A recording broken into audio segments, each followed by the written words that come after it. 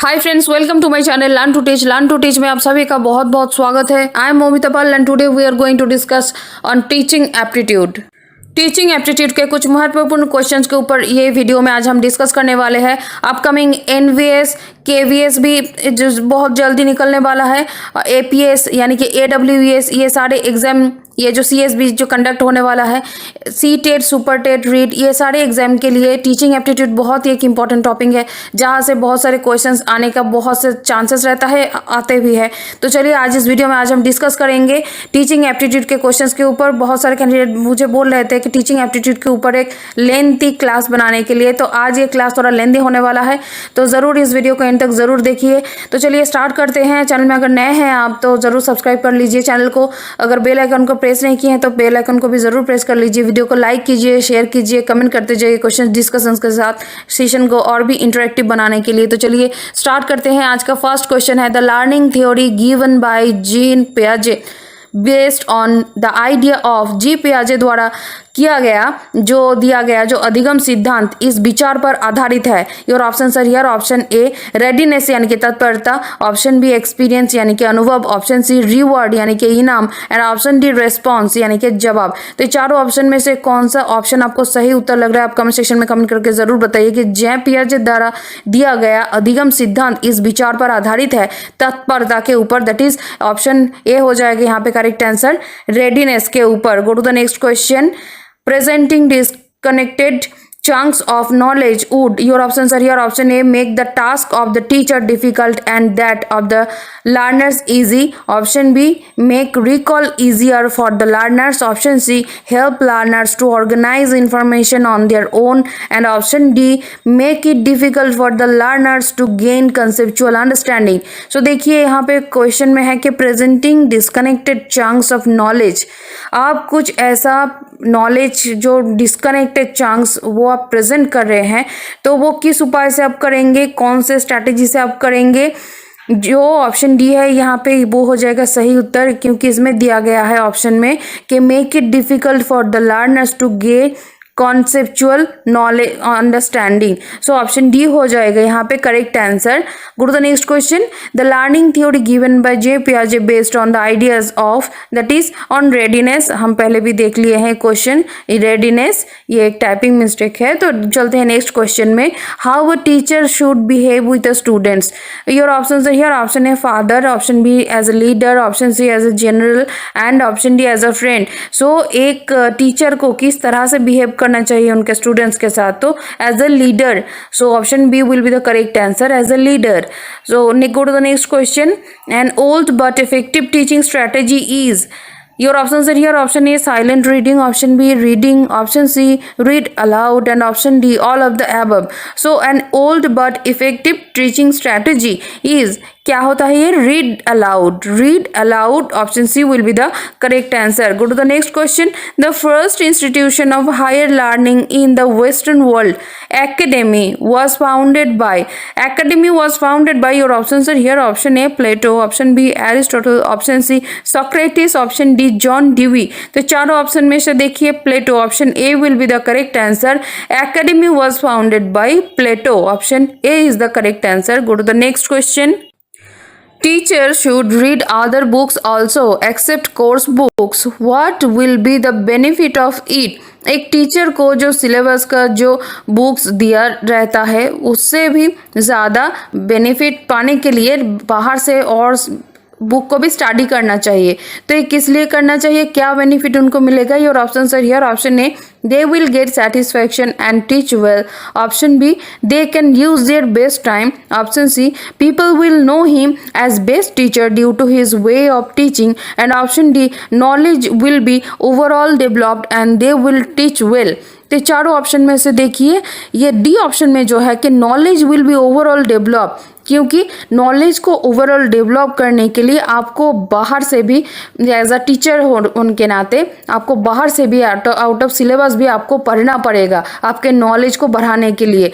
सो ये बेनिफिट होता है कि option D is the correct answer कि knowledge will be overall developed and they will teach well. Go to the next question.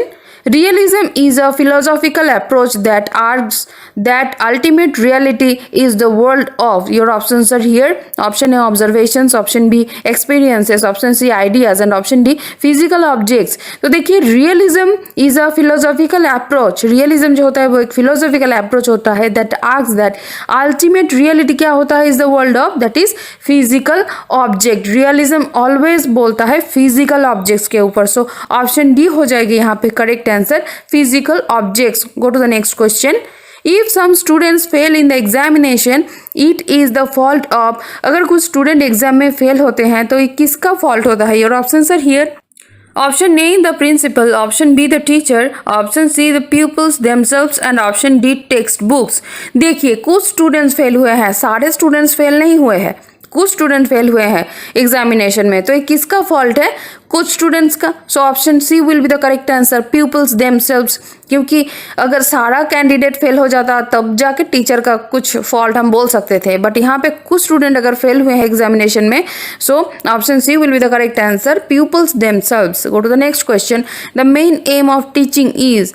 Teaching का main aim क्या होता है? Your options are here. Option A to develop only thinking, option B to develop only reasoning, option C both A and B and option D to give information. So the main aim of teaching is both A and B. देखिए A में है to develop only thinking and option B में है to develop only reasoning. तो option B C हो जाएगा यहाँ पे करेक्ट आंसर. जो only thinking and only reasoning ये दोनों को मिला के जो ऑप्शन सी में है that will be the correct answer. Go to the next question. All round development means. All round development means क्या होता है? Your options are here. Option A shapely development of physics, option B all student should develop, option C developments of all the aspects of personality and option D one can take as many rounds as possible. So देखिए all round development means क्या होता है? That is developments of all the aspects of personality. As a person all जो aspects होता है personality का उसमें develop करना ही डेवलपमेंट कहा जाता है. So option C will be the correct answer, developments all of the aspects of personality. Go to the next question. use of telecast materials.